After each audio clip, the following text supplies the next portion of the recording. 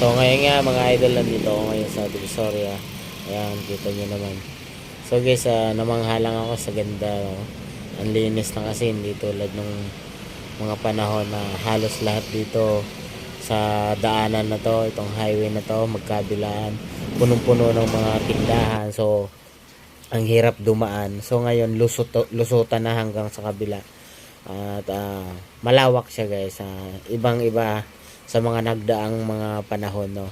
So ayan, magaling din yung ginawa dito dahil ayan, umiikot na yung jeep dito pabalik. So dati hanggang lang doon sa kanto. So iba talaga ang pagkakaiba noon saka ngayon, no.